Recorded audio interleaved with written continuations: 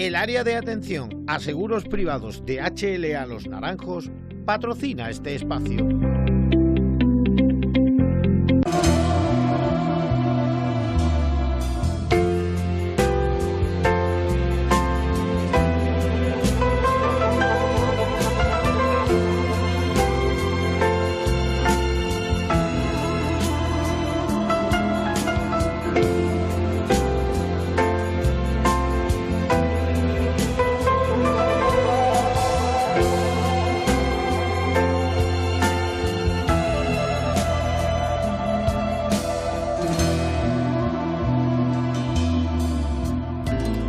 Bienvenidos una semana más a nuestro paseo afectivo, sentimental, nostálgico, por una Huelva desaparecida físicamente, pero como me gusta tanto decir, muy viva tanto en el corazón de los que la conocimos y la disfrutamos, como en la curiosidad de los que quieren conocerla.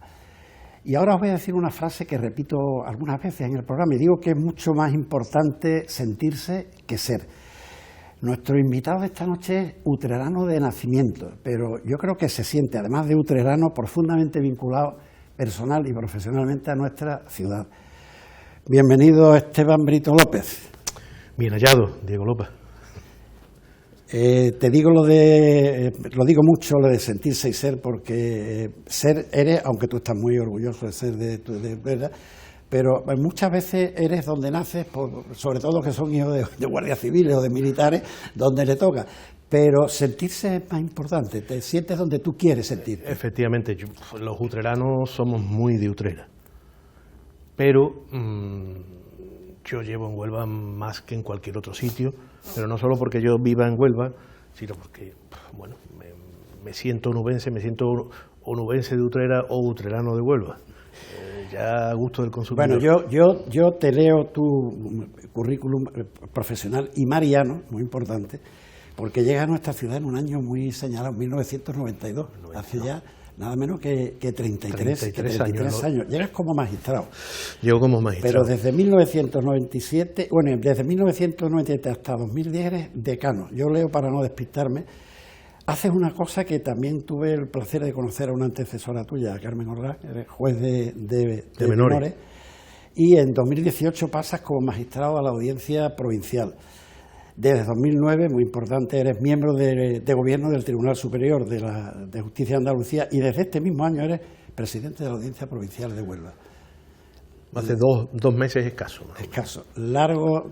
Además, ese nombramiento fue el claxon que me hizo de pensar en ti, ver que también, ahora veremos tu vertiente mariana, que era una persona más que interesante para venir al programa. Dentro de esta amplia experiencia,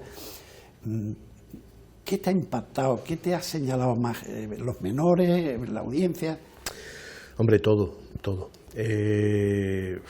La verdad es que la experiencia es larga. Yo llegué aquí, bueno, no había cumplido 30 años, llegué con 29 años y soltero. Y bueno, entonces era un juzgado de primera instancia de instrucción con civil y penal. El penal siempre es una jurisdicción más, digamos, más complicada. Es la justicia que huele mal. Ahí no hay paños calientes. Dentro de la jurisdicción penal, pues bueno, tuve la suerte de ser durante 2 años juez de menores. La jurisdicción de menores es una jurisdicción muy especial porque los menores que vemos allí son menores infractores, pero no se ponen penas, se ponen medidas educativas. Al igual que en la jurisdicción penal, salvo lo que es en un juicio o es una declaración en instrucción, tú no te entrevistas con el imputado. En menores sí, en menores estás constantemente entrevistándote con el menor, siguiendo su evolución. Y bueno, la verdad es que te da muchas satisfacciones cuando esas medidas educativas tienen efecto. Ahora sigo también con menores porque veo las apelaciones de los juzgados de menores, o sea, del juzgado de menores de Huelva, porque la sección primera tiene asignada la competencia en esos aspectos. Pero es distinto, es decir, no es tener al menor como es en el juzgado de menores. Bueno, este es tu perfil profesional, sí. Pero en la conversación que tuvimos no hace mucho, tomándonos un cafelito en la Gran Vía, Me destacabas tu aspecto que eres muy mariano. Pues sí, soy muy mariano. Primero porque, bueno, donde nací, Utrera es una ciudad muy mariana. Su Virgen de Consolación y María Auxiliadora. Y encima naces en la calle San Juan Bosco. Y encima nazco en la calle San Juan Bosco a 20 metros de la María Auxiliadora que mandó San Juan Bosco a España, porque los salesianos de Utrera son la casa madre, los primeros salesianos. Y en Huelva actualmente también eres hermano mayor. Hermano mayor de la cinta, cinta, patrona de la cinta, que es una prueba inequívoca de tu cercanía con las cosas de Huelva. Aquí le tenemos que mandar un recuerdo donde quiera que está, en paz descanse, bienvenido. Bienvenido. González Roldán, que fue quien me llevó quien te llevó a este mundo y quien luego te dejó la herencia. Me dejó la herencia de la hermandad. Hombre, bendita herencia, pero que cuando me tocó, pues la verdad, asimilar, cuando uno no se espera esas cosas, asimilarlo cuesta un poquito de trabajo, pero bueno, la Virgen de la Cinta yo creo que me tocó y bueno, y aquí estamos. Bueno, antes de pasar, yo quiero al final del programa, vamos a comenzar el paseo muy cintero, muy judicial, y luego vamos a ver algunas imágenes de cosas que tú habrás escuchado nombrar muchísimas veces, pero que no las viste. Pero yo antes te quiero hacer una pregunta. ¿Qué te dice el nombre de un sacerdote llamado don José Caño? Hombre, don José Caño era, era porque evidentemente está ya fallecido, era un salesiano que aparecía en casa cada vez que ocurría algún acontecimiento sin que nadie se lo dijera. Supongo que María Auxiliadora le tocaba el hombro y aparecía por casa. Don José Caño en su día fue director del seminario que se llamaba Estudiantado Filosófico, que había en Utrera en el convento de Consolación, y mi madre colaboraba con aquellos seminaristas que no eran demasiado potentes económicamente, cosiéndole, etcétera, etcétera, y una amistad entrañable. Y ya digo, don José Caño, el día que yo nací, apareció por casa, y lo primero que yo recibí fue la bendición de María Auxiliadora. El día que falleció mi abuela, nadie le dijo nada, apareció don José Caño y evidentemente le dio Me la da bendición. mucha similitud esa presencia con la del padre Araña en casa de mi abuela. Mi padre no era creyente más allá de la Virgen del Carmen, como buen marinero que había sido, pero con el padre Araña tenía algo muy especial que hacía que él, como tú bien dices, apareciera. Y cuando murió mi abuela, ya que lo menciona, a mi primo, que era de Vanguardia Obrera Juvenil, le dijo que venga el padre Araña y para que acompañe. La verdad es que son sacerdotes entrañables, de estos que, bueno, que no creo que nadie pueda decir una mala palabra respecto de ellos. Bueno, pues mira, vamos a empezar el paseo. Podemos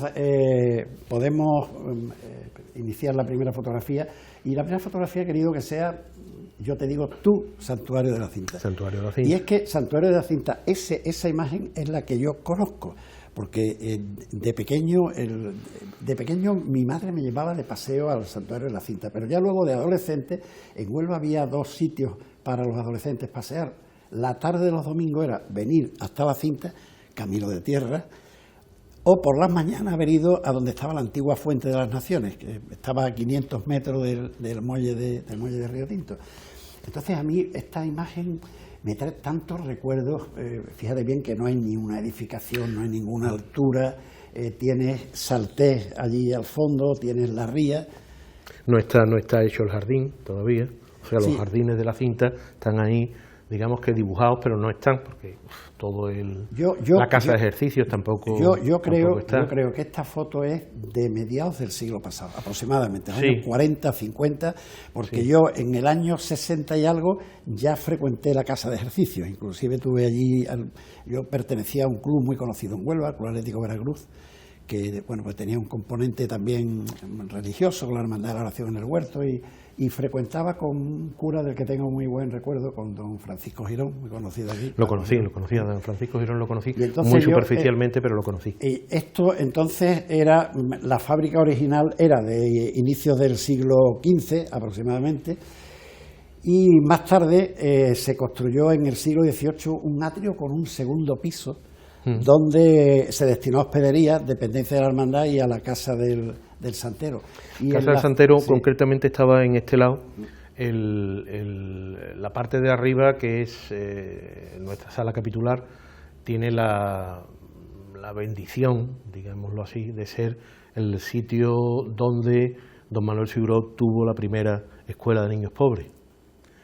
Y ahora mismo es nuestro salón capitular donde hacemos pues todas nuestras reuniones y nuestras conmemoraciones, y los cursos que tenemos de formación y demás, lo hacemos allí. Es un sitio pequeño, pero bueno. Ya en el último cuarto del siglo XIX se añadieron nuevos espacios, como fue el patio, el claustro de entrada y la colocación de la Cruz de los Ángeles. Hay una foto muy curiosa que está a punto de traerla.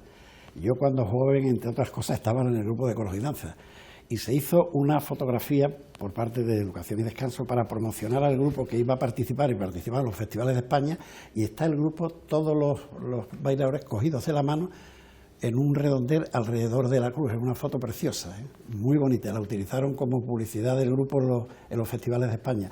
Y una anécdota curiosa, que Antonia María Peralto, mi mujer, que viene de vez en cuando viene al programa, está lloviendo, y me contó una de las veces que ha venido hablando del Santuario de la Cinta, que a finales del 19, en plena epidemia de peste, esto se tuvo como un lazareto. O sea, todos los que iban a entrar en Huelva se le hacía la prueba del 9, y el que no pasaba la prueba del 9 se quedaba aquí, hasta que o se curaba o entregaba la cuchara. Qué curioso, ¿eh? Yo la verdad que hasta el día que ella lo contó aquí no lo sabía. ¿Tú conocías esa? Sí, lo conocía. No la fecha concreta no, pero el hecho de que bueno, era el fielato donde entrabas o no entrabas, según... Teniendo en cuenta que entonces había más entrada a Huelva por Gibraleón que por San Juan, ¿eh? De hecho, Huelva tiene dos patrones, muchas veces lo he dicho aquí, San Sebastián y San Roque. Y San Roque. San Roque está en la catedral, y que los dos se disputaban el patronajo, pero parece ser, el maldito dinero, que era más rentable económicamente San Sebastián que... En la cinta lo tenemos a los dos, a la izquierda tenemos a San Sebastián y a la derecha tenemos a San Roque con su perro. Yo de la cinta tengo una anécdota muy curiosa. Te hablé, y pregúntalo a los compañeros de Junta, los más antiguos. Mi primo hermano mío, que vivíamos juntos, nacimos en la misma casa, Genaro Gil de Rocho, era muy cintero. En cierta ocasión hizo una promesa, no me preguntes por qué, pero aquello debía salir bien.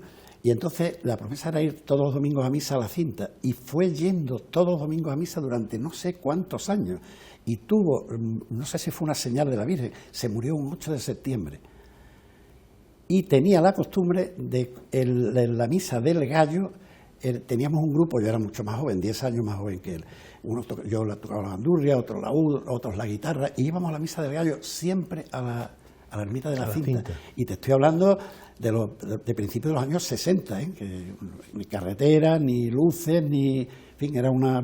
Pero había mucha gente en el santuario, y es una anécdota que a mí no se me olvida, porque te estoy hablando de hace más de 60 años. La verdad es que los onubenses, la gente de Huelva, al santuario de la Cinta, es increíble. Es sin duda el templo más visitado de Huelva, pero no ya por cuestión turística, que lo es, sino por el... Fíjate lo que atrae en esta foto. Podemos poner la siguiente fotografía, que por cierto es del archivo de la hermandad. Fíjate, esta foto es del año 63, cuando yo te estoy hablando que íbamos a la misa del Gallo. Fíjate la cantidad de gente que hay en la procesión, que entonces no había lo que hay ahora de modernidades, de carretera, de luces, pero fíjate la cantidad de gente que va acompañando a la Virgen.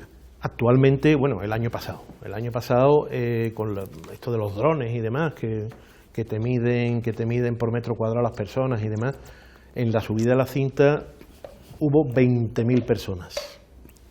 20.000 personas. Mover en Huelva 20.000 personas es difícil. Bueno, pues estamos viendo un porcentaje elevadísimo de Además, yo no sé ahora, pero en tiempo, cuando te querías casar en la cinta, creo que lo tenías que pedir, no sé si ahora será igual. Ahora es que la verdad es que hay menos bodas católicas, ¿no? Pero bueno, tenemos muchas bodas, y la verdad es que después de la pandemia han subido, y la verdad, y aunque pueda resultar un poquito así como... lo que ha subido mucho es, nosotros tenemos un cinerario, y ha subido muchísimo las personas que allí depositan sus cenizas. Bueno, tenemos una anécdota, podemos pasar a la siguiente imagen. Tenemos, aquí apareces tú, luego nos explicarás, pero esta es una, digamos, segunda restauración de una imagen de León Ortega que se regaló. Históricamente la imagen de la Virgen de la Cinta la llevaron a San Cristóbal de la Laguna en Tenerife, la devoción de los onubenses que se establecieron en Canarias en el siglo XVI. Esta imagen, en el año 65, y ahora vamos a ver más de este año 65, tras un incendio en Huelva se le regaló esta imagen de León Ortega que yo te digo, y quien se encargó de esto fue la OGE entonces. Inclusive yo estuve muy metido en eso porque ahora en la foto que vamos a ver hay bastantes amigos míos, sobre todo Manuel Enrique Seija, Juan de Mata, Manolo Acero, Román, un compañero de la Cristina que no recuerdo el apellido, pero a pesar de la cantidad de campañas que se hizo de recogida no hubo manera, y la Delegación de Juventudes se echó para adelante y fue la que acabó pagando. Pero esta es una restauración de ese monumento. Esa es la restauración. Esto lo dejo en tus manos, esta foto. Esto fue una iniciativa de Bienvenido. Bienvenido se entera de que en San Cristóbal de la Laguna pues había una Virgen de la Cinta que la verdad estaba fatal, estaba pintada con tinta luz.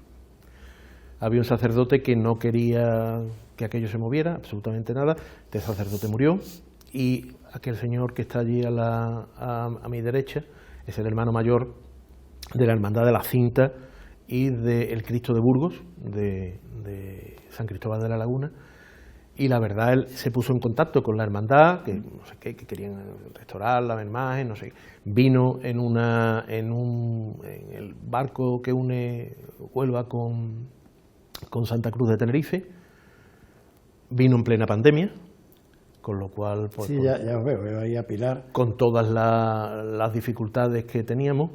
Y bueno, ahí tenemos al restaurador, tardó bastante en restaurarlo, pero cuando la restauró, y Pilar era la presidenta del puerto, hablamos con ella para hacer una exposición en la cual pues se veía perfectamente la evolución de esa restauración, y la verdad es que quedó muy bien. Quedó tan bien también que es que el hijo de León Ortega apareció por en este momento de la exposición, y la verdad es que quedó muy satisfecho de la restauración que se había hecho. Yo tengo que decir que Pilar ayudó muchísimo. Por ejemplo, yo tuve un empeño junto con Francis, que hace poco ha regalado algo de Manuel Ciuró. Sí, ha regalado un retrato de Manuel Ciuró muy bonito. Ciuró.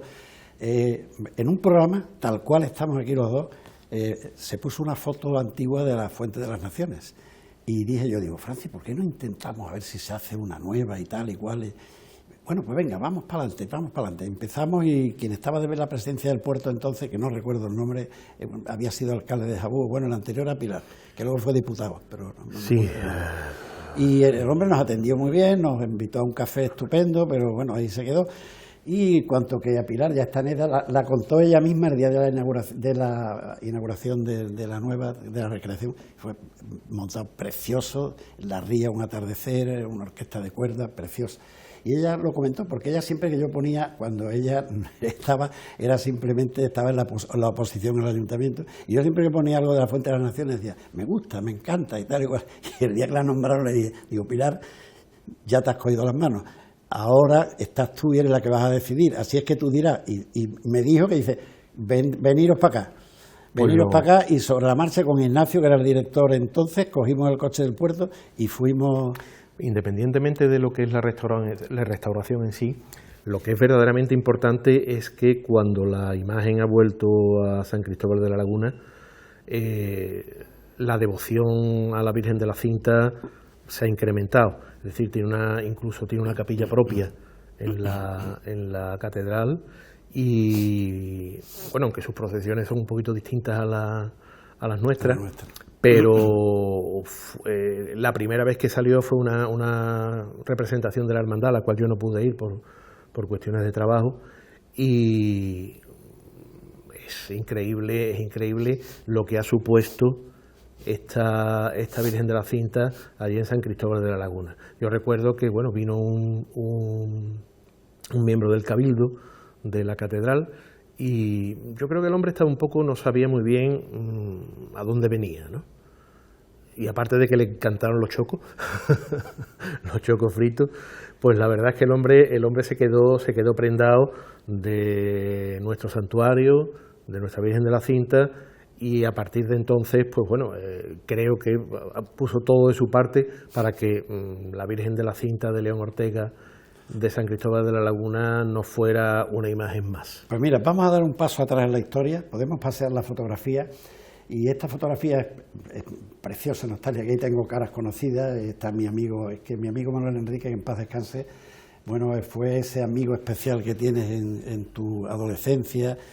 Sus padres eran fantásticos, tan fantásticos que en el año 60 permitía que diéramos bailes en su casa. Año 60, ¿eh?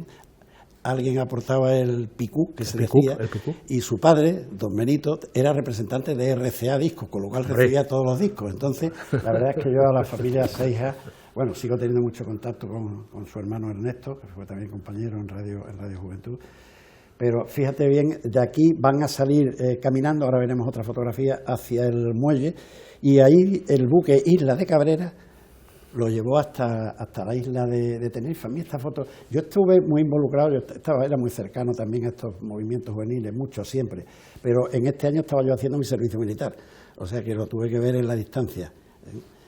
Y entonces a mí esta foto me parece de una añoranza tan grande, sobre todo de ver caras conocidas ahí ya desaparecidas. Porque una cosa que te pasa, Esteban, y tú lo vas a ir comprobando, es que cuando empiezas a ver fotografías de hace años donde estás tú o está tu círculo, empiezas a ver la cantidad de gente que ya no está en la fotografía.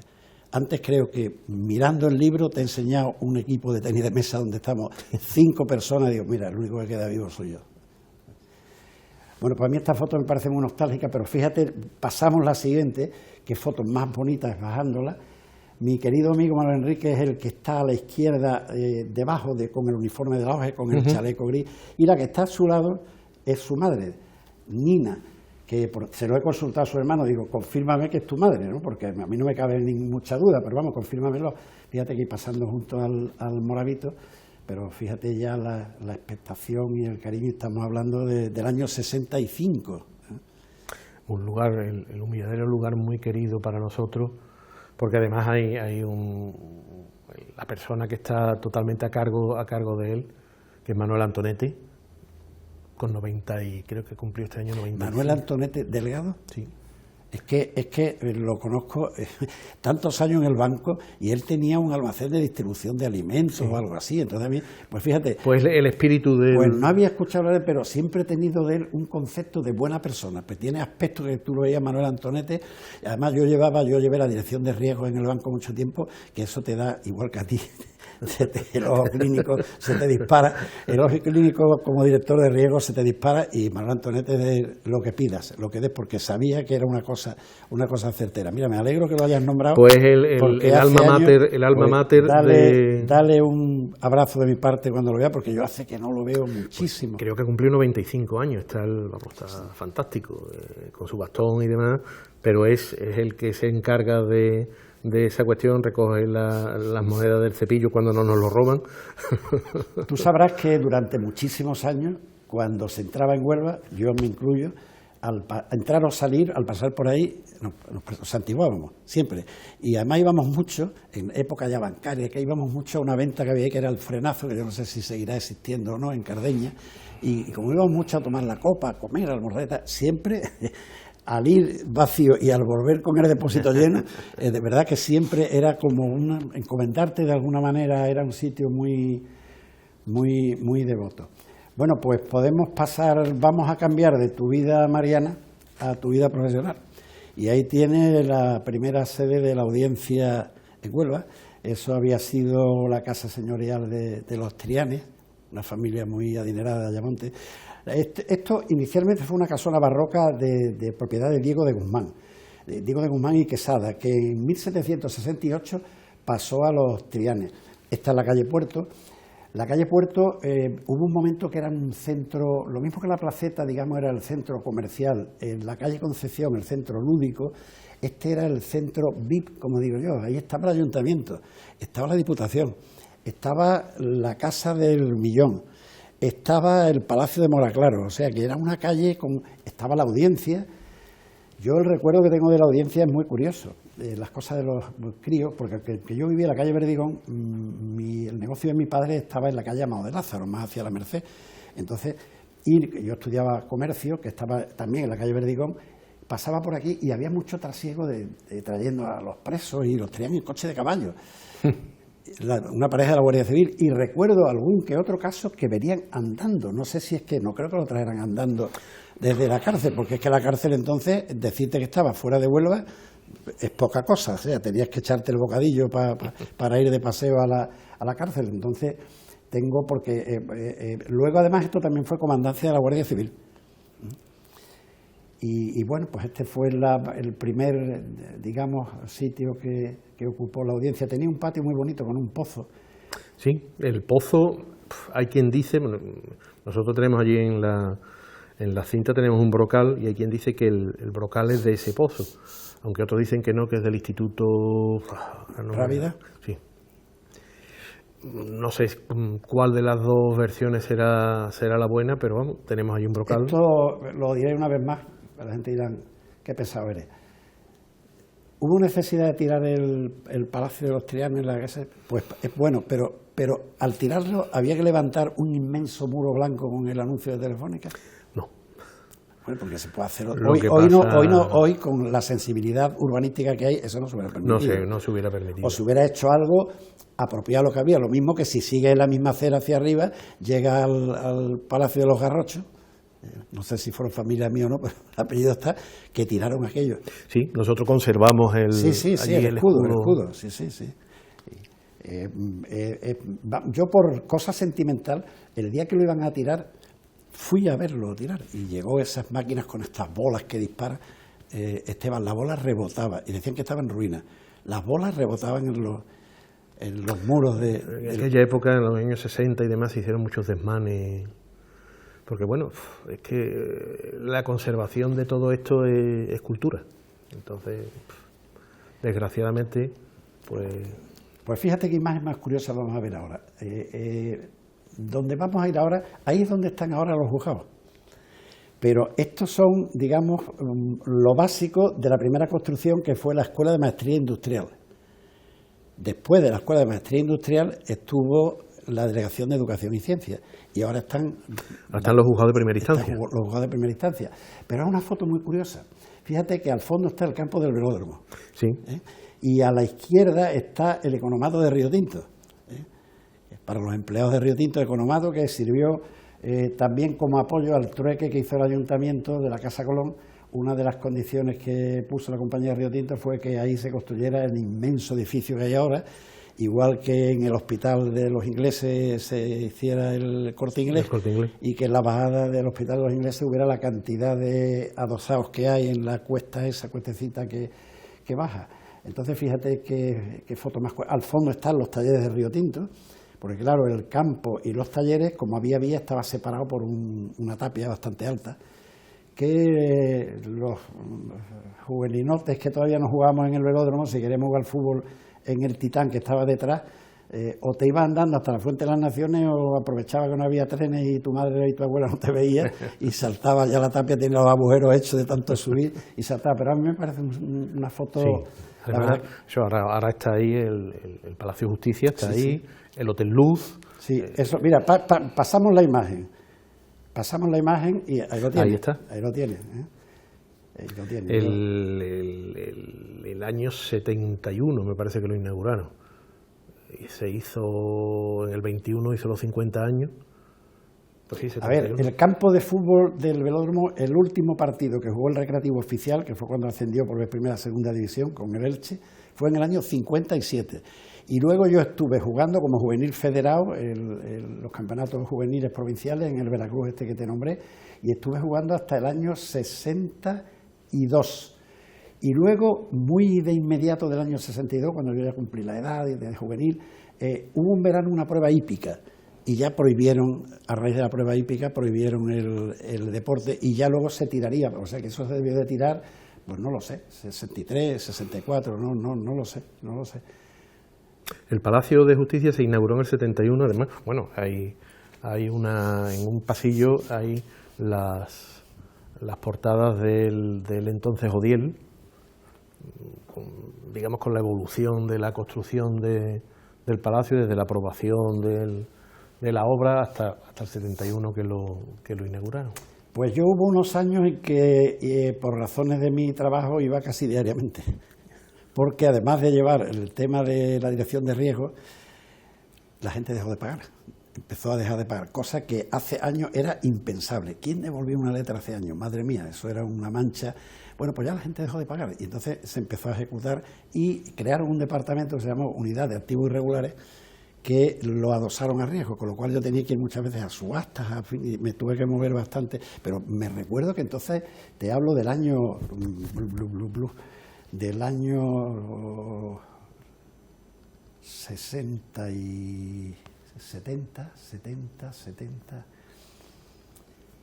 ¿hasta qué año yo fui jefe de riesgo? Hasta el año 89, sí, pues en el año 89 aproximadamente es cuando, a finales del 80, y yo creo que había 2 o 3 juzgados nada más. Aquí había hasta el año 89, que hubo una gran reforma, había 4 juzgados de primera instancia e instrucción. Recuerdo que había muy pocos. Y 3 juzgados de distrito, entonces llamados de distrito. Cuando yo llegué aquí había 7 de primera instancia e instrucción, porque los 3 de distrito se habían convertido. Yo me acuerdo que el titular del número 1 creo que era don José Álvarez. José Álvarez Blanco, que después estuvo en la audiencia. Sí, pero vamos, en la época que yo pisoteaba aquello era, y además por una cosa tan desabrida como eran las subastas, pero bueno, era el trabajo que vamos a hacer. Mira, ya hemos hecho un recorrido por tus 2 vidas onubenses, la profesional y la mariana. Y ahora yo te voy a regalar algunas estampas que no has conocido de una Huelva que, como dije al principio, que ha desaparecido físicamente, pero la tenemos en el corazón. Ahí tienes algo que tenéis en la cinta, que afortunadamente no se tiró, era Jiménez, que no se tiró. Eso estaba justo frente al Paseo de Santa Fe. Si tú caminabas por el Paseo de Santa Fe, de la calle del Puerto, te daba de narices con él. Y yo siempre admiré, con mi defensa tan a ultranza que llevo haciendo toda mi vida las cosas de Huelva, que se tirara el edificio entero y se respetara y sobre todo que esté allí tan magníficamente como está. Sí, la verdad es que la cinta en un momento fue un sitio donde, bueno, todo lo que en Huelva se estaba desapareciendo se fue recogiendo afortunadamente en la cinta, pues desde lo que es el mármol que hay en el patio central, que son las lápidas del antiguo cementerio de San Sebastián. Tenemos esto, tenemos donde tenemos el cinerario, el escudo de mi familia, el escudo de la familia Garrocho, columnas de diversos patios de casas de Huelva. La verdad es que se recogía pues todo, y afortunadamente allí están, si no se hubieran perdido. Evidentemente, ya te digo que a mí me extrañaba muchísimo que esto, yo ya tenía mucha curiosidad en esta época, yo ya tenía mucha curiosidad por todas las cosas de Huelva, y esto yo cuando veía que iban, es más, un día paso por la puerta de la casa donde yo nací, que afortunadamente está en pie, y la veo con unos andamios, y digo, vaya por Dios, adiós a la casa de donde vine al mundo. Pero luego los dueños, que son los de los propietarios, Casti y Guijarro, pues tuvieron el detalle enorme de no solo hacer eso, sino de reponer los mosaicos verdes que hay en la fachada, que los tuvieron que hacer manuales. Y además ya luego me han dicho, ya he hablado con ellos y se los he agradecido aquí públicamente, que mantuvieran el edificio, que les costó un dineral porque lo tuvieron que hacer uno a uno. Ahora hay allí una empresa de telefonía, me parece que hay, está a mediados de la calle Verdigón. Sí. Porque tú también... Yo he vivido 9 años en la calle Verdigón. Bueno, yo nací frente a donde había una de juguetes, que creo que ahora los van a cerrar o algo así. Sí. Y lo único que ha cambiado en la fachada, que lo que era la habitación de mi dormitorio ahora es otra puerta más, como lógico, un negocio, tiene 2 puertas, pero esa era la ventana de mi dormitorio. Bueno, pues mira, vamos a ver algo que has escuchado nombrar muchísimas veces, que es la Fuente Magna. Fuente Magna. Que evidentemente no conociste. La Fuente Magna es muy curioso porque había un periodista en el diario Odiel que firmaba como el duende de la Placeta, que por razones que él sabrá por qué, le declaró una guerra plumística a la Fuente de las Naciones. Y bueno, pues fue tan constante esa guerra plumística que, siendo alcalde Antonio Segovia en el año 59, y además confirmado por su hermano, mi querido, más que querido amigo y mi primer jefe en el mundo de la radio, José María Segovia, que ha sido al programa con 93 años y podemos firmar la cabeza como la tiene. La verdad es que este sí. año ha venido, me dijo, este año voy, pero digo, no te preocupes, te vamos a buscar con el coche, te traemos a ti y a Lupe y luego os llevamos. Y entonces nos contó esto, dice, es que claro, él dijo que la iban a cambiar de sitio. Y yo pensé, digo, bueno, si en Egipto el templo de Abu Simbel lo cambiaron, pues bueno, pues tengo las fotos de los obreros destruyendo a martillazos, ¿no? Con los escaleras subidos. Afortunadamente los delfines o tritones que hay están en el cementerio, están en la puerta de la capilla del cementerio, que es lo único que se ha conservado. Y esto pues es un signo de la Huelva antigua.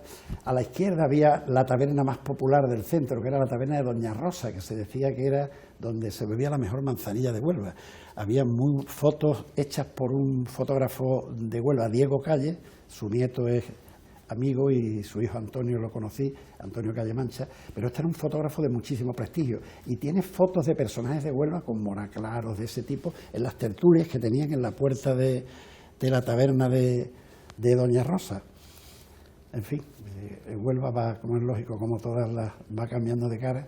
De ahí el interés, espero que te empapes ese libro de las caras de Huelva. Sí. Y vas a conocer una Huelva, o a rememorar una Huelva que tú no... La verdad es que me interesa, vamos, me interesa siempre y bueno, yo soy un forofo de todo colección y compro postales de estas antiguas de Huelva. Yo tengo más de 30.000 fotografías de Huelva, que tengo ya decidido a dónde van a ir a parar cuando yo falte, porque eso tus hijos querrán algunas, pero eso si no es un organismo, yo casi con mucha seguridad o reparto, que tengo dos, entre la universidad y el archivo municipal, porque el archivo municipal me ha servido de tantos para otros libros míos, pero bueno, yo empecé con lo de coleccionar fotografías y ya las propias personas me traen aquí pendrives con fotos y ven el programa y me mandan fotos al correo, y en fin, que tengo que estar, lo digo siempre, tengo que estar muy agradecido a la colaboración que prestan los seguidores del programa. Bueno, pues mira, otra cosa que tampoco has conocido, podemos pasar, esta es la cruz de la calle en medio. La calle en medio es por donde tú pasarás casi a diario. Esto está donde está el Parque América. Ahí estaba el Brasil, y entre el Brasil y el Hotel Tarteso, más o menos, estaba esta cruz, que yo la he conocido, y esta cruz tiene su leyenda. Esta cruz dice que los marineros, porque el barrio de San Francisco era un barrio marinero por excelencia. El barrio marinero de Huelva era el barrio de San Francisco. Y entonces los pescadores, antes de salir, cuando venían bajando y iban a tirar por la Avenida Italia o la Avenida del Odiel, como se llamaba entonces, hacia la ría, pues se detenían aquí a rezar sus oraciones, a pedir protección. Y como siempre, una leyenda oscura, que es la leyenda del perro negro, y que dicen que si un perro negro que siempre estaba rondando en noches de luna llena ladraba, no te embarcarás, porque era muy mal síntoma que el perro ladrara y con noches de luna llena. Esto, el dueño de la casa, que era don José Luna, se lo cedió a un arquitecto de apellido Saavedra. Saavedra es un apellido muy corriente en Huelva, y ahí se pierde el rastro de la azuleja. Este señor Saavedra supongo que habrá tenido el buen gusto de conservarlo y en alguna propiedad suya esperemos, porque no es muy grande, no era muy grande. Sea. Como verás por las puertas tan pequeñas de la época, que no era muy grande. Esto cuando se tiró, bueno, la apertura de la Gran Vía, antes de la entrada a Huelva era por la calle que ha sido de los dos. No podía entrar por aquí. Los camiones y las camionetas, como decimos en Huelva, las camionetas de damas iban por la Avenida Italia, y que yo no me explico cómo los coches, y yo y los chavales de la calle, chiquillos, jugando a la pelota en la calle, cómo podía ser la entrada de automóviles de Huelva. Bueno, pues podemos pasar, y ya que estamos hablando de la calle, podemos pasar la imagen, y ahí tenemos nuestra calle. Esta foto está tirada desde los altos de donde está hoy el Olalá. Pues, claro. Allí un poquito más para allá vivía yo.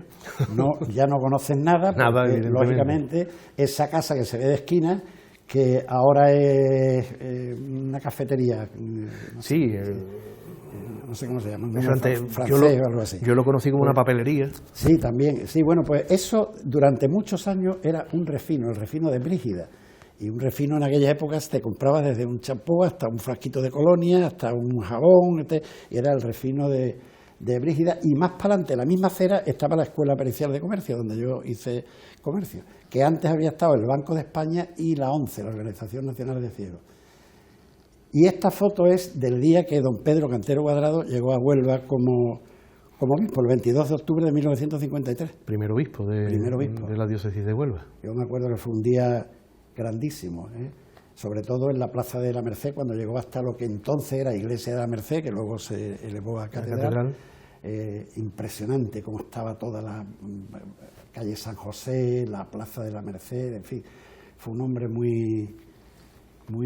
que acogió muy bien. Y una anécdota que conté hace 4 o 5 programas, porque causa extrañeza esa cercanía. En los coros y danzas de los que te he hablado antes, esto repito, lo he contado hace 4 o 5 programas, fuimos a Zaragoza a las fiestas del Pilar y estábamos con otro grupo más, creo que era de La Coruña, y estábamos en la puerta de la Basílica del Pilar y él llega en la procesión, ve la bandera de Huelva, ve el letrero, Huelva y tal, se sale, se viene con nosotros, se hace una fotografía con nosotros que la puse en el programa y nos invitó a merendar esa tarde en el Palacio. Vamos, fue arzobispo de... sí, ya era, acaba en el año 64, acababa de llegar hacía 2 o 3 meses. Era un hombre vamos, curioso, además confesor de Franco, etcétera, etcétera, que no era... que tenía mando. Pues mira, hablando de obispos, no quiero que se nos pase, cambiamos la foto, no quiero que se nos pase. Has hablado conmigo y me dices que a ti, igual que a mí, te encanta este santo en vida. Don José es un santo en la tierra. Un santo en vida. Era asiduo a mis programas, tanto en televisión como en radio. Y gran cintero. Pues me gustaría que vieras este programa. Está en mi canal de YouTube, la carpeta se llama Último Café, y aparte de que hay 70, 80 entrevistas, está la de él, una entrevista humana, cercana. Él además siempre me decía a mí que somos cosecha del 44, lo que habíamos nacido los dos, y siempre que me veía me decía cosecha del 44, hacía así con él, decía cosecha del 44, y yo, efectivamente, don José, y para mí es un hombre que... La verdad es un gran hombre, un gran sacerdote y ya digo, un santo en la tierra. Pues te recomiendo que veas, dura 24 o 25 minutos y... Lo veré, sin duda. Y si estabas cercano... Bueno, pues vamos a cerrar el programa con una que esta foto es para ti. Hombre, para ti enterita. Ahí estamos 3 utreranos de Huelva o 3 unubenses de Utrera. Está Juan José Domínguez, el queridísimo Juan José Domínguez, que en paz descanse. A la izquierda está Eduardo Martínez Montero, igualmente nacido en Utrera y gran pediatra del Hospital Infanta Elena, y aparte de la consulta privada. Esto es a mi mujer, ahí a mi derecha. ¿Tu querida esposa es onubense? No, mi querida esposa es utrerana, igual que yo. O sea, que te la trajiste. Me la traje para acá. Y ahora está tanto o más onubense que yo. Pasa como con la mía, que es sevillana. Llegó aquí por razones profesionales, ella era profesora de instituto, llegó aquí por acercarse a Sevilla y aquí lleva 50 y tantos años. Eso nos pasa a todos. Pues ese día Eduardo organizó una excursión a Utrera con gente de Huelva. Y bueno, vino Juan José y comimos cerca de donde Juan José había nacido. Y fue muy gracioso porque dice, voy a ver la casa donde nací. Y su mujer, también que en paz descanse, le decía, Johnny, voy contigo. Y dice, no, salud, por favor, esto es una cosa muy privada. Y quiero hacerlo solo. Ahora te cuento, porque él evidentemente ha estado en el programa. Este programa es el número 440 y tantos. Además, pero anécdota, porque yo los conocía a ellos cuando novios. Ella vivía junto a lo que era la comisaría de policía, que estaba en la calle San José, y yo coincidía mucho con esto en la hermandad de los estudiantes, porque los miércoles un grupo de 6, 7, 8, 9 hermanos ya mayores, llevábamos algo y cenábamos allí, y ellos iban. Y digo, si vierais que os conozco de cuando erais novios, que os metíais en la salita que había frente a la puerta y tu hermano Fernando y Manolo mirábamos por el agujero esos tan grandes que tenían las llaves y os veíamos a los dos enfadados, ¡uy, qué sinvergüenza! Y bueno, pero ya prescrito, porque se hace Totalmente. ya 40, 50 años. Y ya la última anécdota para cerrar, antes de despedirnos, viene Juan José al programa, se sienta ella allí frente, detrás del monitor, y digo, salud, teléfono apagado y calladita. Sí. Sale una foto del balneario de la Cinta y dice, ¡ay! Ahí es donde nos conocimos y nos hicimos novios. Digo, pues menos mal que te lo había advertido. Estar calladita y salud no son sinónimos. No eran sinónimos. No eran sinónimos. Esteban, se acabó el paseo. Muchísimas gracias. La verdad es que ha sido un paseo muy agradable y muchísimas gracias a ti por traerme, porque bueno... A ti porque sé cómo andas de agenda, lo sé perfectamente, y bueno, ya has buscado un hueco dos huecos, uno para que nos tomáramos ese amplio café con Paco y este para deleitarnos con Pues encantado de haber venido, porque además me lo he pasado fantásticamente bien hablando de las cosas que son verdaderamente importantes, que son esas que no significan nada, pero lo significan todo. Bueno, pues muchas gracias, un abrazo y a seguir nuestra amistad. Muchas gracias, Diego. Y a todos ustedes, queridos telespectadores, agradecerles la atención prestada, decirles como siempre que os espero el próximo viernes y hasta entonces que sean ustedes especialmente muy felices.